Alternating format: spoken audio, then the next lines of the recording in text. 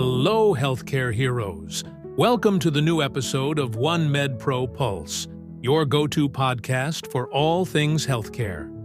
We couldn't be more thrilled to have you join us on this journey. This podcast is dedicated to you. We know your work is critical, and our goal is to empower you with the latest industry insights, marketing strategies, and tools to thrive in your practice or organization. Whether you're looking to grow your practice, connect with patients in meaningful ways, or simply stay informed about the latest trends, OneMedPro Pulse is here to inspire, educate, and connect. So, grab your stethoscope or your earbuds, and let's dive into the heartbeat of healthcare innovation.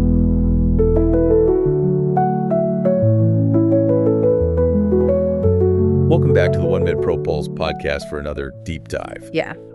Today we're going to be looking at the world of elderly care in India. Okay. Specifically, how virtual connections are changing the game. Right. So, yeah. With dementia affecting nearly 9 million older adults in India. Wow. And the shift from traditional joint families to, like, nuclear setups. Yeah. We're facing a real need for some innovative care solutions. Absolutely crucial time to explore how technology can help us out here.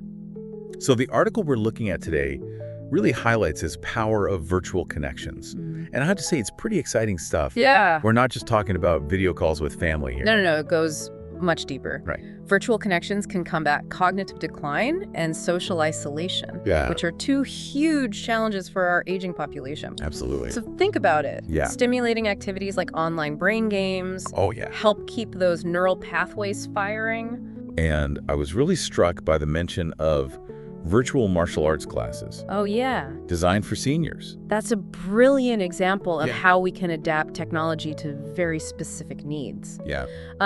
These classes offer gentle movements. Okay. Focused on flexibility and balance. Right. Which are perfect for older adults. And beyond the physical benefits, you also get a sense of accomplishment and social interaction. Oh, wow. Which can do wonders for mental well-being. It's fascinating how something as simple as an online class can have such a ripple effect. Huge ripple effect. It's almost like a virtual community center. Exactly. And you know what's really exciting? Like that. Is this potential to blend tradition and technology. The article mentions online yoga sessions, but incorporating Ayurvedic principles. Interesting. Which I find incredibly innovative. I think this is where it gets really interesting because India has this unique opportunity to really tap into this rich cultural heritage and offer these virtual experiences that resonate so deeply with seniors. Yeah. I mean, imagine virtual gatherings for festivals like Diwali or Holi. It's about making technology culturally relevant and accessible. Right. And these kinds of initiatives can really encourage participation and create that sense of belonging, which is vital for overall well-being. Now, while virtual connections offer this very promising solution, we also need to acknowledge some of the challenges. Of course. The article points out the digital divide and the fact that not every senior is tech savvy. Absolutely. We have to consider factors like tech literacy, affordability, and access to reliable internet. For sure. But the good news is that there are solutions emerging, like user-friendly interfaces and caregiver support programs. And I was really intrigued by the mention of partnerships with NGOs. Yeah. To provide training and bridge that digital gap. Absolutely. It's about making sure no one gets left behind in this technological revolution. So it's not just about providing access. It's about ensuring these virtual interactions are really effective and engaging. Exactly. And that's where the potential of AI comes in. That's right. Imagine AI-powered apps that can personalize activities based on a person's needs and progress. So instead of like a generic brain game, your grandfather could be playing a game specifically designed to challenge his memory skills. Exactly. Or problem-solving abilities. It's like having a virtual coach who understands his strengths and weaknesses. That's amazing. AI can analyze data. Track progress, provide personalized recommendations. Wow. And it makes those virtual connections even more powerful. Yeah. We're talking about a level of personalized care that was unimaginable just a few years ago. And this level of personalization really ties in to the broader trend we're seeing in healthcare, this shift towards preventative care and patient empowerment. It's about moving beyond just treating illnesses and giving individuals the tools to proactively manage their health and well-being. And for the elderly, virtual connections offer a fantastic way to do just that. They really do. We're talking about a paradigm shift in how we approach elderly care. And it's happening right now. It's pretty amazing. Yeah, it really is a paradigm shift. And what's fascinating is that it's not just about technology. It's about weaving technology into the fabric of our existing support systems. That's a great point. The article really emphasizes the importance of involving caregivers and healthcare professionals in this. Absolutely. Training caregivers to utilize these virtual platforms effectively can make a huge difference. Imagine a scenario where a caregiver can remotely monitor a senior's engagement in virtual activities, track their progress, and even adjust the difficulty level of brain games as needed. It's like having an extra set of eyes and ears. You know, providing support and ensuring that the senior is getting the most out of their virtual experience. Precisely. And this level of integration goes beyond just caregivers. Think about how healthcare professionals can leverage these platforms for remote patient monitoring. We could track medication adherence, monitor vital signs, and even conduct virtual checkups. That's all through these virtual connections. Especially for seniors who might have difficulty like traveling to appointments or live in those remote areas. It's about bringing healthcare directly to the individuals who need it most. And this ties in perfectly with the call to action in the article. Yes, the article really urges governments and organizations to support and scale these programs, making them accessible to all seniors. It's about recognizing the potential of virtual connections to address this growing need for elderly care in India. We're not just talking about improving quality of life. No. We're talking about potentially reducing healthcare costs. Exactly. By preventing hospital readmissions and promoting that early intervention. It's a win-win situation for everyone involved. I think what makes this so compelling is that it's not just about technology for technology's sake. It's about using technology to empower individuals and enhance that human connection. That's the key takeaway here. These virtual platforms are tools. But the real magic happens when we use them to foster genuine interaction, engagement, and a sense of community. We've talked a lot about the benefits and the potential. But I'm curious about your thoughts on any potential drawbacks. Sure. Are there any ethical considerations we need to be mindful of? That's a very important question. While virtual connections offer incredible opportunities, we have to be cautious about potential issues, like data privacy and security. It's crucial to ensure that sensitive personal information is protected and used responsibly.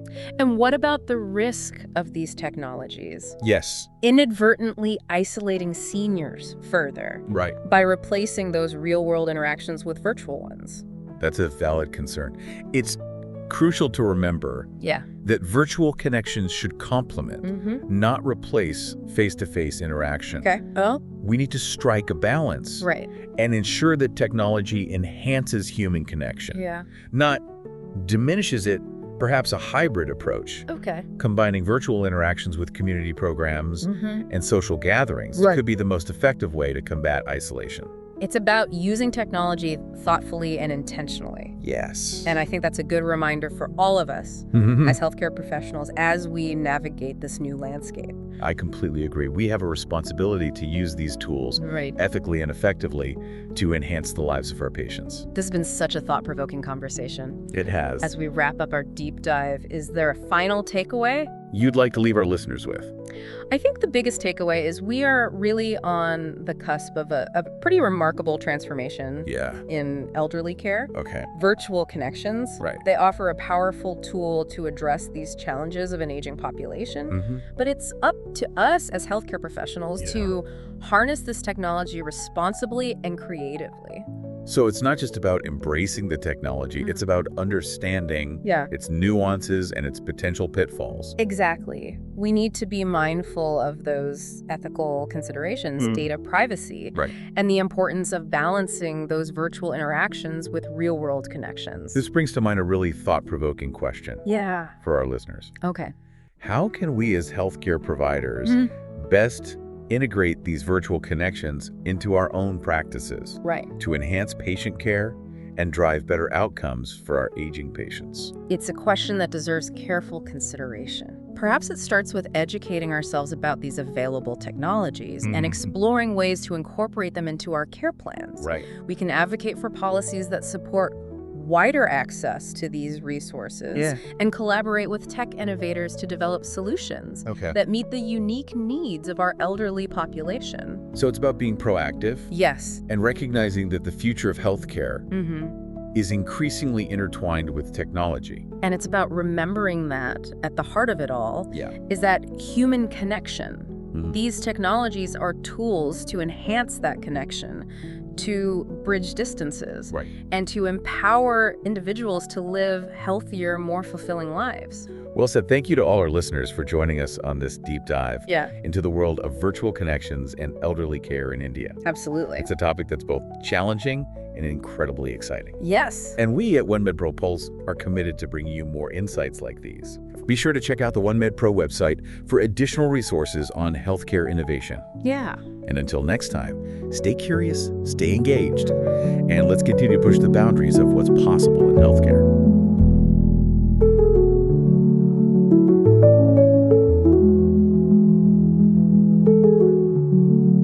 Thank you for tuning in to OneMedPro Pulse.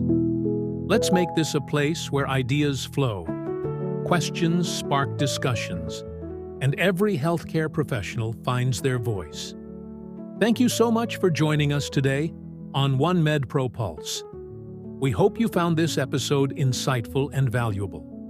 Remember, this podcast is all about building a community for healthcare professionals, and your input is what keeps it alive and thriving. If you enjoyed this episode, please take a moment to like, follow, and share OneMedPro Pulse with your colleagues and fellow healthcare enthusiasts. Your support helps us reach more professionals like you and continue to create meaningful conversations. And don't forget to hit that subscribe button so you never miss an episode. Got a topic or question you'd like us to explore? We'd love to hear from you. Drop us a message on our website or social media. Your suggestions could inspire our next discussion. Until next time, keep making a difference and staying passionate about the incredible work you do.